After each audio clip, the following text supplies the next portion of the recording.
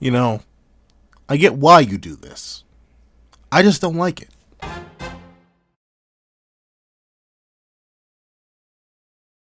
A big thank you to our final patron, Sinners Lancelot, Praise the Sun, Strawbones, and Aaron. Now, before we hop into this breakdown on the execution of the tears, please, if you leave your own thoughts on these two scenes in the comment section down below. Leave a like and subscribe if you haven't already. Also, make sure you hit that little notification bell so you miss out on any videos that come to the channel. Also, I do have a Patreon down below. You can support for as low as $1 a month to get things like early content, exclusive videos, and more. Now, let's get into the discussion. What's up, guys? I've got the pencil here, and yeah, one of these scenes works for me.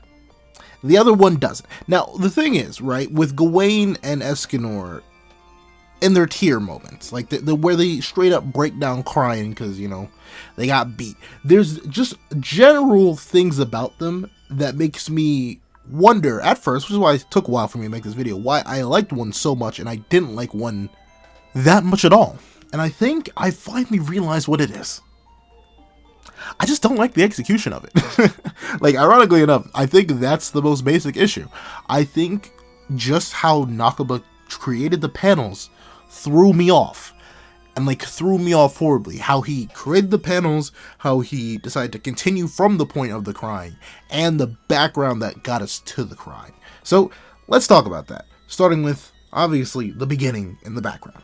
So for background, Escanor was introduced in chapter 147 of the Seven Deadly Sins manga, and he was also technically introduced in Vampires of Edinburgh, which I believe came out a bit before that. However, the thing with Escanor, right, is that his crying scene came in chapter 327.5, aka 150 chapters after we were introduced to the character. Over 150 chapters. We had a lot of time with Escanor.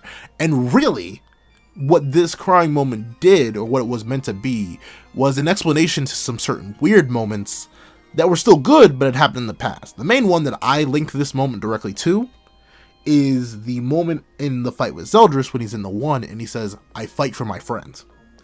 It felt random, it felt a little bit out of character, and I was a little bit confused there because it was the one ultimate Escanor, aka Pride on Insanity, but this moment was meant to rectify that. And the point at where it came was after so much build-up, so much understanding of the character, that really the background, which is what this fight is all that we were missing. Thusly, I think the execution is supported by this rather than negated by it. It sort of this moment retroactively explains pretty much all of Escanor's character for the past over 150 chapters. That's good. That's solid. And all it came from was a couple tears. Let's talk about Gawain's background though. Gawain was really properly introduced at the end of chapter 60. Like, I'd say, like, you can spot her in chapter 58, I do believe. You can see her walking around without her armor. No, that was in one of the chapters. I forget what chapter it was. I think it was either 58 or 59.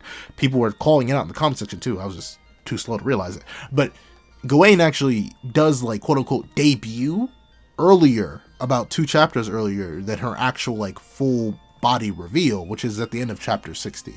And notably, the thing is with Gawain is that we got a whole ton of build-up towards her. The moment we were introduced to 4 Knights of the Apocalypse, and we found out we only had 3, that's pretty crazy. We obviously had some build-up right there. Then on top of that, you gotta compound this with that boy Tristan being like, oh yeah, Gawain, you know, they're the 4th Knight, they kind of goated, and they're strong too. So we got some build-up right there. And then Gawain showed up, and we're talking about background and build-up to this crying moment in particular. She was that gal, like straight up flexing on everybody left, right, and center. She straight up looked at the grandson of the gods and was like, "I'm sorry, my boy, but you just don't have the right to speak to me that way, because you are not on my level. I'm sorry about that, Pelgard, but get your dinky little flames up out of here. I'm sorry, everybody, but I'm just that gal." Like, she straight up was building up to this peak, but the thing is, it kind of was counterintuitive to take her from such a high point of success, to then beat her down and then drop her to where she went in the span of 3 or so chapters. Like, she was full body revealed at the end of chapter 60. So that means we get chapter 61 and 62, and then all 63 before we get to this really, really like jarring crying moment. It feels a tad unnatural, but in a similar way to how Escanor's Pride form reveal felt a bit unnatural at first, but I was wondering why I didn't like it in terms of the background. Like, what does this mean? Like, obviously, characters have to have multiple sides to them for them to be good, so Gawain is just showing another side. Why don't I like this? I think it's because the background had done such a good job giving Gawain what I had viewed. Some would view them as negative, so maybe this scene worked for them, but I had viewed as positive character traits. Confidence, ability, strength, determination. Lack of logic, but still, she was on demon time, and naturally, I love my characters when they're on demon time, when they're at a high point, when they're peaking out. And I'm not saying you can't take characters from a high point and take them to a low point. Look at Escanor after the Gallon fight. After he body bagged both Gallon and Belascula, bro just dipped for a bit, came back small. Obviously, that's not the same. But I think the reason the background for Escanor's build-up works is, one, because we have this as a culmination of a character, while Gawain sort of just acts as an introduction to a character. The balance and what both scenes were trying to achieve here are very, very different, and while one works, and so does the other, they don't work similarly or for the same reasons. Like, one is a culmination, one is a beginning, and I think that, background-wise, messes it up. Another thing I need to talk about, the scene itself. So, when I look at both of these drawings, I get two very different vibes from what they're trying to say, essentially.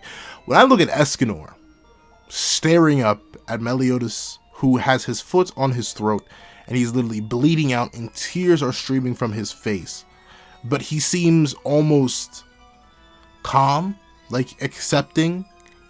It feels like Escanor is realizing something. I don't know. It's solely from how the panel is drawn, how Nakaba chose to draw Escanor in that moment. I do not feel rage. I do not feel anger. I do not feel sadness. I feel revelation. And it feels like that emotion is a lot better to be feeling in this moment. It keeps Escanor's character strong because he's not like breaking down into a crying fit, but he's letting off tears of almost, it's weird to say tears of joy because he's literally bleeding out, but at the same time, it's tears of joy. It's like he realizes he's not alone in the world, and that's where the background sort of feeds into it. The reason this fight happened was because Escanor felt like he was alone, he felt like he needed to die, and thusly, he would do anything to do that. But the final point when he was finally put on his back, when he finally had the realization that he is not alone in the world, that reasonably there are beings out there who can stop him and that he does not need to die, he has this moment which almost beautifully lines up and shows that he's really an individual that's worth living, an individual that's worth keeping around, and someone who can be stopped. The panel portrays that perfectly by how he's drawn, by the no-nonsense look of it, by everything there. I think the panel is great. I'll top over to Gawain. Gawain, she's a slobbering mess. And like, it's not necessarily a bad thing. Like, even in the review, I'm pretty sure I note, and if I don't note it in that review, the Chapter 63 review, I do note it in Chapter 64, her breaking down and crying makes perfect sense for what was established about her character and what goes on to be established about her character. It's probably the first time she's ever lost, just like Escanor, but meanwhile, it seemed like she had a pretty pampered life, as if she were the older brother of Escanor. Meanwhile, Escanor still had a pretty rough life due to his nature. And thusly, the snot, tears, bawling, drooling, like literally crying out, wah, like the baby act, it makes sense, but I don't know, I don't feel bad. Like, I don't feel bad, I don't feel happy, I don't feel anything from that. I literally get the vibes of a crying child, and it's okay because Gawain is literally a crying 16-year-old, but at the same time, this doesn't necessarily endear me to the character. It's like, it actually kind of disappoints me, once again, because of the background and build-up. While Escanor's scene, due to all the build-up and background behind it, acts as a culmination to his character that answers every question behind it, and you can even see it in how he's drawn, by how his eyes have a look of realization and revelation behind them. You don't even see Gawain's eyes in this one. They're squished shut, and she's just crying out tears, and she's snotting. It's like, this panel is meant, much more to be a sharp contrast, just like with Escanor's, but it's a sharp contrast that's executed to show a much more like baby side rather than just a strictly physically weaker side, which I think is what Escanor is more showing. And I think that leads to me just not liking the panel as much because of how much went into Gawain on that confidence front. She talked smack, and for at least 2 chapters, she was backing it up. She was able to do it. She was able to keep it up, just like Escanor. But when she was pulling her back, instead of like doing anything else but this, she breaks down into this crying, slobbering mess. And it's okay. It makes sense. It's realistic, and it's even well drawn. But it's, I don't know, it just doesn't hit because of what it does for her character. It sort of devalues everything she had been standing for up until that point. In the same way, that's the weird thing, right? Escanor also devalues everything he stood for by crying before Meliodas, but that leads to a positive revelation about the character and explains why he feels so in debt to Meliodas and his friends because they gave him a family and a home to stay with. Meanwhile, this acts in contrast to all of Gawain's character because she was a confident person who talked a lot of smack and was very strong and could back it up, to a confident person with a very fragile ego that the moment she lost a fight, she ended up breaking down into tears. Like, it's sharp contrast, all right, but it's not a sharp contrast that's positive, and I don't know. It kind of shot Gawain's character in the foot, and I will admit, this definitely is meant to be the parallel between her and Escanor. Both have their confident, brave, cocky sides, and then you have this weak, much more like human, hidey, weaker side, and you can get that here, but I think Escanor, Nakaba did a better job introducing Escanor's side first. Like the weaker side first, and then the confident bravado side pretty much ran the series for a long while, and thus you didn't have to worry about this. But once again, we're 2 chapters into Gawain. Reveal at the end of chapter 60, this is the end of chapter 63. We barely have any time with her before we get to this really, really, really character-breaking moment. When it's really a character addition moment, but it's not necessarily that for me. And then finally, the Aftermath. The Aftermath doesn't do Gawain any favors, mainly because it sort of just shows that she would only get worse from here. Like, she would not calm down. This was not a moment of weakness where she suddenly snapped back. But no, she just keeps having a temper tantrum in the next chapter and starts snotting and sneezing and crying everywhere. Meanwhile, Escanor's immediate follow-up is, I still want to live. One of these, due to their execution, is being treated as a serious moment that was a revelation for the character and a revelation for the reader about said character. The other is a revelation for the reader about said character, but it's also a joke. And I think that's the biggest thing. Gawain's whole crying moment is meant to be a end of chapter shocking character reveal joke. Meanwhile, Escanor's crying scene is meant to be an awakening and an eye-opening about a character that we thought we knew so well, that was meant to be taken seriously.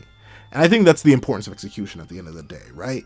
Because you can have these two very similar concepts that have pretty much the exact same build-up with very similar characters in a very similar situation, but just because of how you execute it, it can come out very, very, very different. I know that my take on Gawain here may be a little bit off. Maybe other people felt differently, and I hope you guys can tell me if you felt differently in the comment section down below. Seriously, I want to open up more discussion about this. I'm going to do a whole comparison about Gawain and Escanor and their introductions once Gawain's introduction kind of ends, because reasonably, we're still kind of in the middle of her introduction, ironically enough, but that's another topic for another time. Thank you so much for watching. Remember to like, share, comment, and subscribe. Make sure that little notification bell so you miss out on any videos that come to the channel. Also, I do have a Patreon down below. You can support for as low as $1 a month. I get things like exclusive videos, early content, and more. And now, thank you so much for watching once again, and I hope you guys have a wonderful day. This is That Guy with the Pencil, writing off.